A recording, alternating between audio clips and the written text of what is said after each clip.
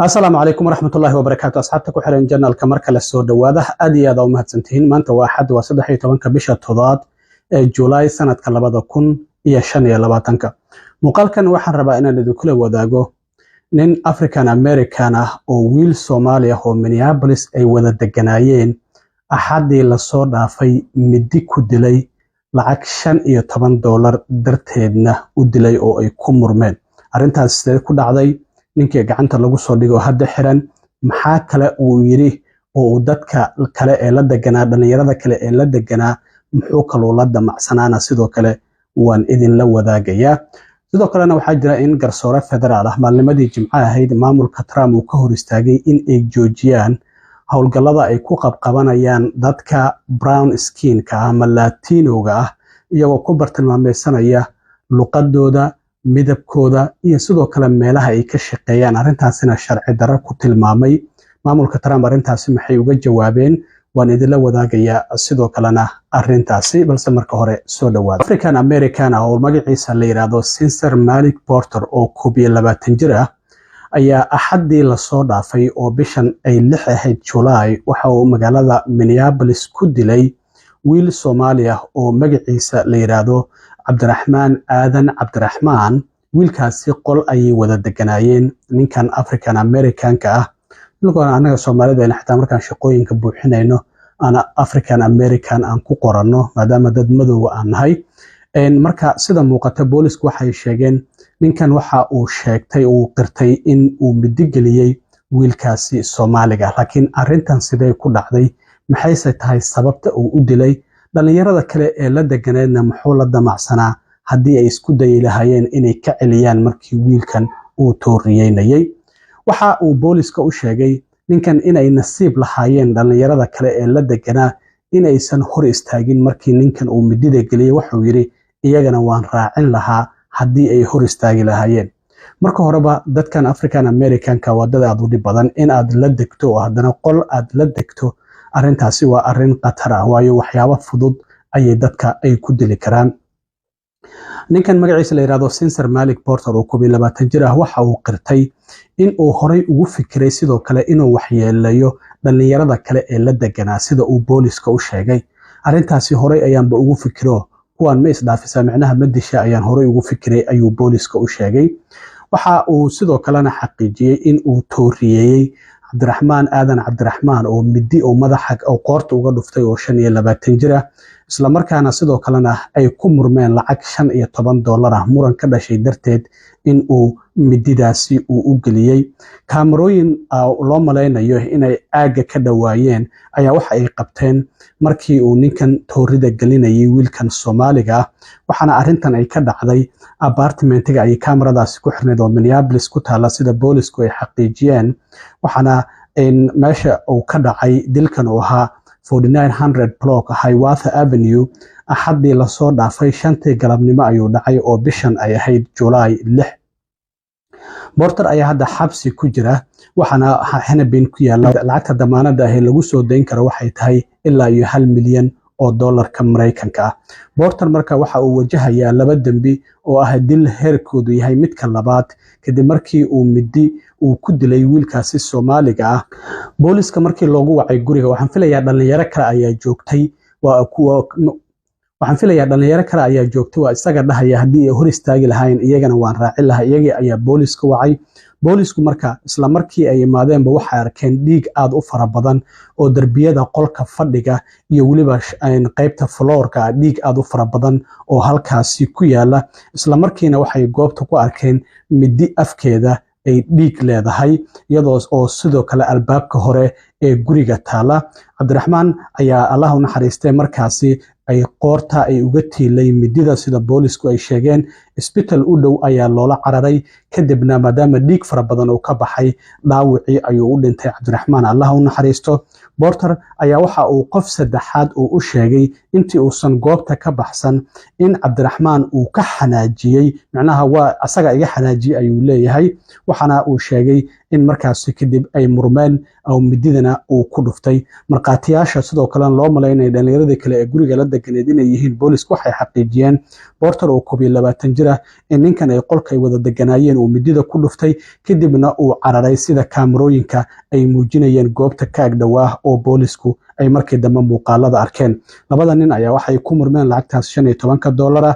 iyadoo sidoo kale la arkayay ninkan la yiraahdo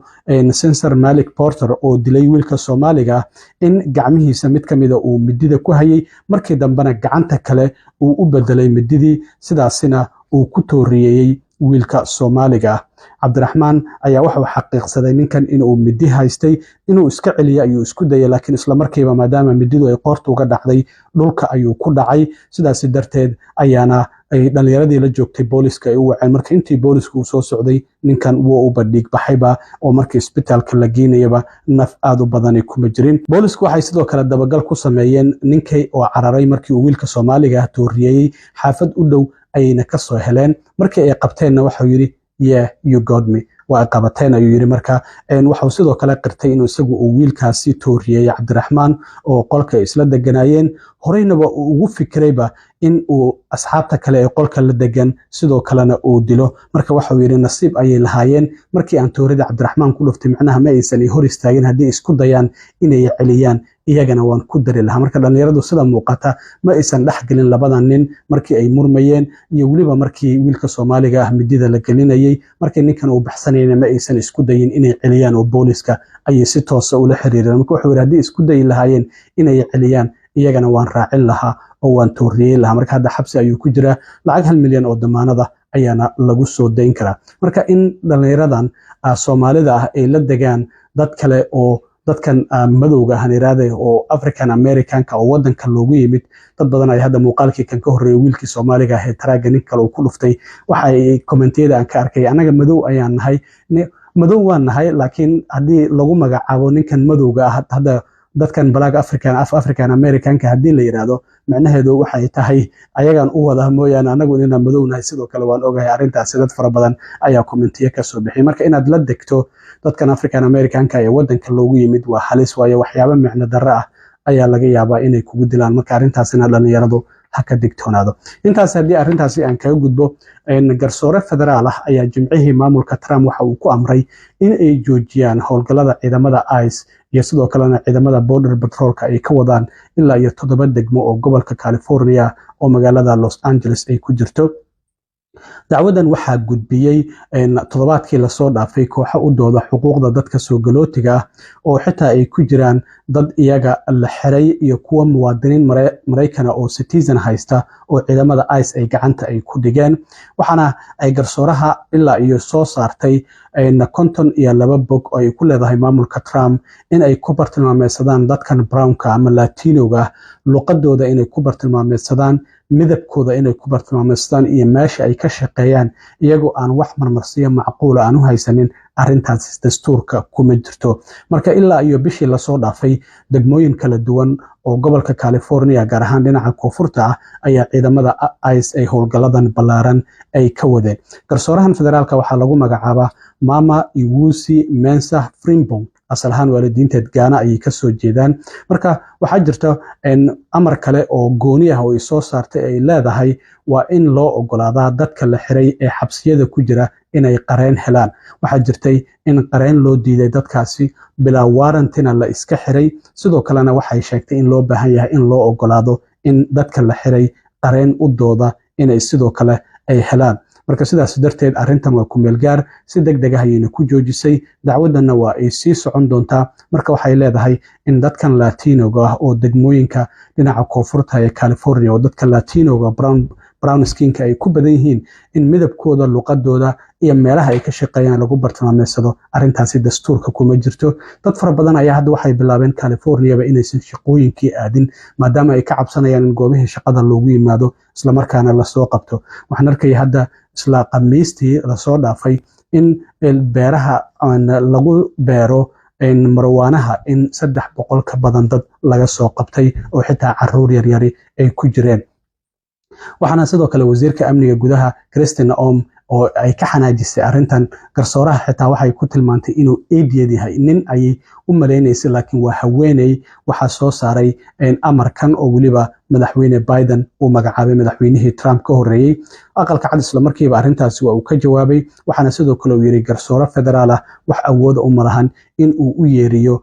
dowladda ama dowladda dhexe in ay qaabka siyaasadaheeda immigrationka ay u dhaqan gelinayso magaalooyinka howlgaladan ay ciidamada ICE ay ka wadeen waxa ay ka mid ah Montebello, Monterey, Pasadena, West Hollywood iyo sidoo kale Culver City iyo magaalada Los Angeles dhammaanba magaalooyinkaasi hadda garsoorahan waxay leedahay waa in si degdeg ah lagu joojiyaa dadka la xirayna loo ogolaada in qareen matala ay helaan waxaana ay ku tilmaantay arrintan inay tahay mid aan dastuurka ku jirin in dadkaasi midabkooda luqadooda iyo sidoo kale meelaha ay ka shaqeeyaan lagu bartilmaameedsado arrintaasina faquuq ayay ku tilmaantay aad iyo aad u mahadsantihiin asxaabta nabadgelyo